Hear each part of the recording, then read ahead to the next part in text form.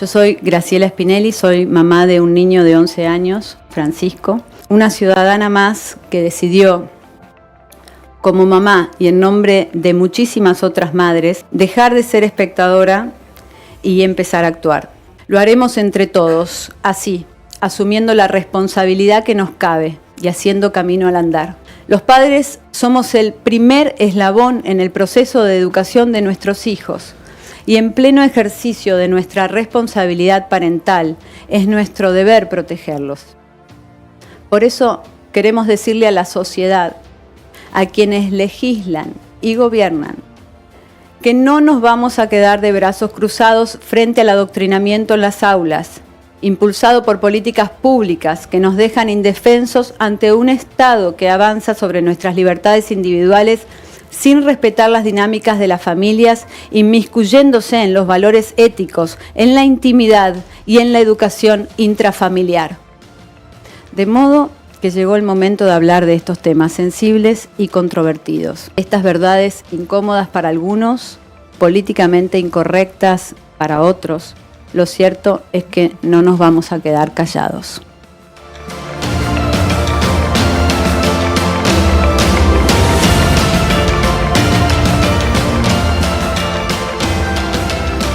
Hoy se adoctrina en lugar de educar. Se rompe el principio de subsidiariedad. Se ignora la voz de los padres y se relativizan libertades esenciales de conciencia, de expresión, de educación y de culto. En este contexto, la familia debe ser reivindicada como el primer agente educativo, de formación moral y resguardo de la dignidad humana. No podemos seguir aceptando en nombre de supuestas ampliaciones de derechos un camino que lleva a la disolución del tejido social más íntimo y necesario como lo es la familia. Ese dispositivo que se viene pensando desde hace tal vez más de medio siglo para disminuir la fertilidad de manera efectiva, rápida, barata, omnicomprensiva para un chino, para un argentino, para un canadiense, ya existe y se llama ESI. ¿Cómo se puede vender esto a las poblaciones supuestamente soberanas, democráticas? Obviamente, con eufemismos. Obviamente, con la famosa, ¿vieron la historia del caballo de Troya, no? O sea, tenemos que de alguna manera aceptar esto y cuando recapacitemos tiene que ser lo suficientemente tarde como para que el daño esté hecho. El punto es que se usan nombres ambiguos, definiciones amplias, suficientemente ambiguas y genéricas como para que lleguen a abarcar fenómenos completamente disímiles, ¿no? Entonces fíjense cómo la confusión es el territorio en el cual esto está proliferando. Por eso esto que estamos haciendo acá es casi todo lo que hay que hacer. Acá empieza todo, ¿no? Y obviamente después llevarlo al hogar y demás.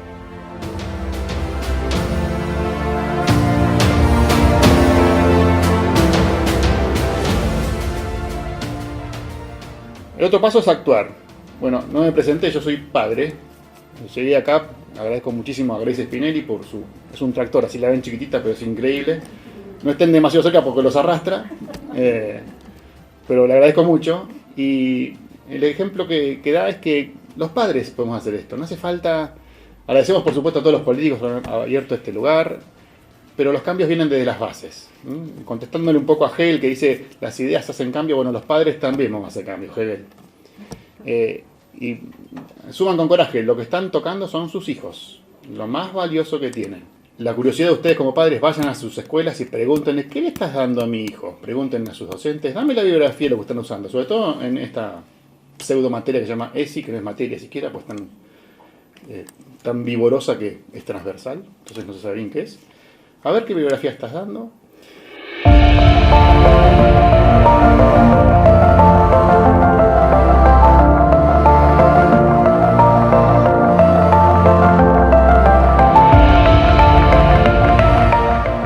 Les pedimos a las autoridades que defiendan la integridad infantil, protejan la inocencia de los niños y adolescentes, salvaguardando sus mecanismos naturales de defensa contra abusos, como por ejemplo la vergüenza y el pudor, cuidando sus mentes cuidando sus corazones hasta su pleno desarrollo. También le pedimos a las autoridades que respeten el derecho natural a la educación conforme a valores familiares. Como mamá, creí que controlando las redes y las amistades, llevándola a los encuentros sociales, al club, tenía todo cubierto, porque estaba convencida que la escuela era un lugar seguro. Convencida que la escuela era el lugar más seguro para mis hijas. Hasta que mi hija me mostró un texto que le estaban dando, cuyo texto contenía sexo explícito, en el lenguaje más burdo y brutal que se puede escuchar.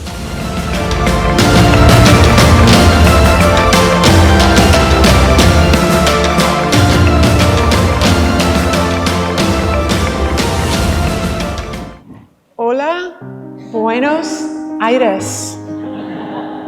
I have studied sex and gender education for almost 20 years. I am here to say to parents, listen to your gut. I would even say that the ideas that Essie introduces to your children are poisonous. It's very frustrating as a doctor to see one person after another, young people with their lives ahead of them, dealing with pain and suffering that could have been avoided. All I can do is help my patients, write a book, testify, and travel over the world giving talks like this one. La semana pasada celebrábamos que pudimos, desde Padres Unidos, suspender el primer Congreso de Infancias Trans en Tucumán. El sexo no es una autopercepción identitaria, el sexo es una categoría protegida por la Constitución Nacional que no debe ser confundida con una autopercepción identitaria. Lamentablemente tenemos una universidad que se ha convertido en un aparato de propaganda política, un aparato financiado por toda la corporación trans. No sabemos quién está detrás de esto financiándolo, sería bueno averiguarlo.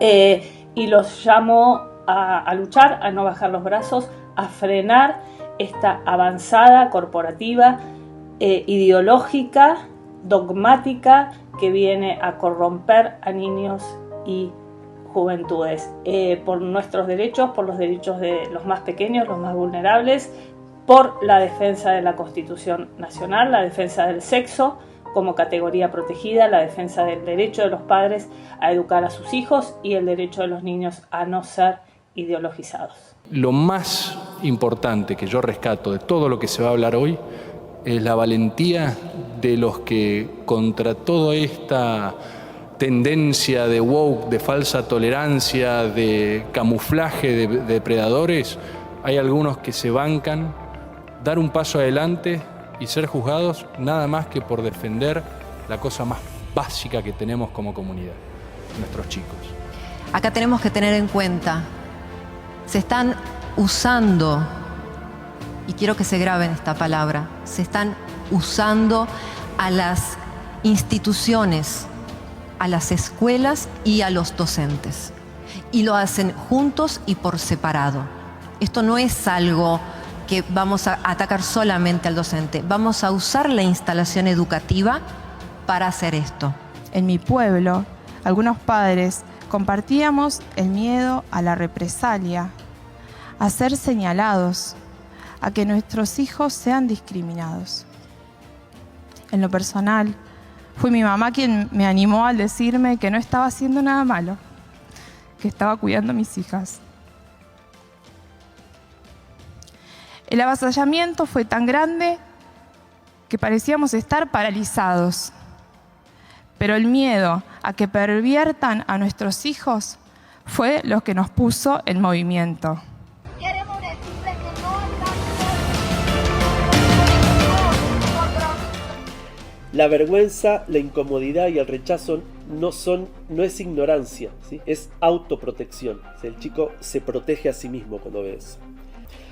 La ESI prepara el escenario para que ocurran los abusos. La ESI no sirve en la forma en que está planteada, en la manera en que está expuesta, la forma en que ha sido ideologizada, no sirve para prevenir los abusos sexuales.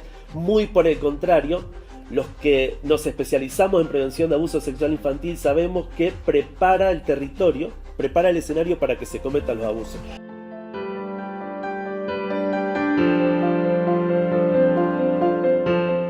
con estas ideologías, con la ESI, con el simple ejercicio de un cambio de un nombre, están tocando la fibra más personal de alguien. Están tocando el inicio, el principio del ser de alguien.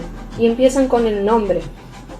La sexualización infantil se ha convertido en una estrategia cultural disfrazada de pedagogía, a través de programas educativos, de contenidos digitales y de hasta políticas públicas muy concretas.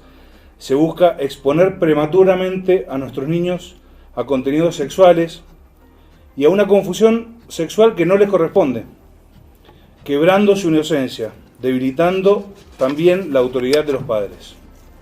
Mandamos aquí un fuerte abrazo para Padres Unidos. Sigan adelante con esta batalla que es fundamental. Por sus hijos y por el futuro de esta nación y del mundo.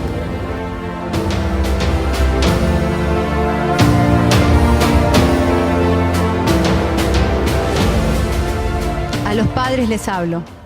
A los padres les digo que no tengan miedo de alzar la voz y pronunciarse. No están solos y somos cada vez más. Somos nosotros los que debemos velar por la integridad de nuestros hijos y nada ni nadie, ni siquiera una ley puede arrebatarnos ese derecho. Ni tampoco el derecho de los niños y adolescentes a que se respete su vida, su intimidad, su integridad física y psíquica y a recibir una educación respetuosa de su infancia como establece nuestra Constitución Nacional. A todos, muchas gracias.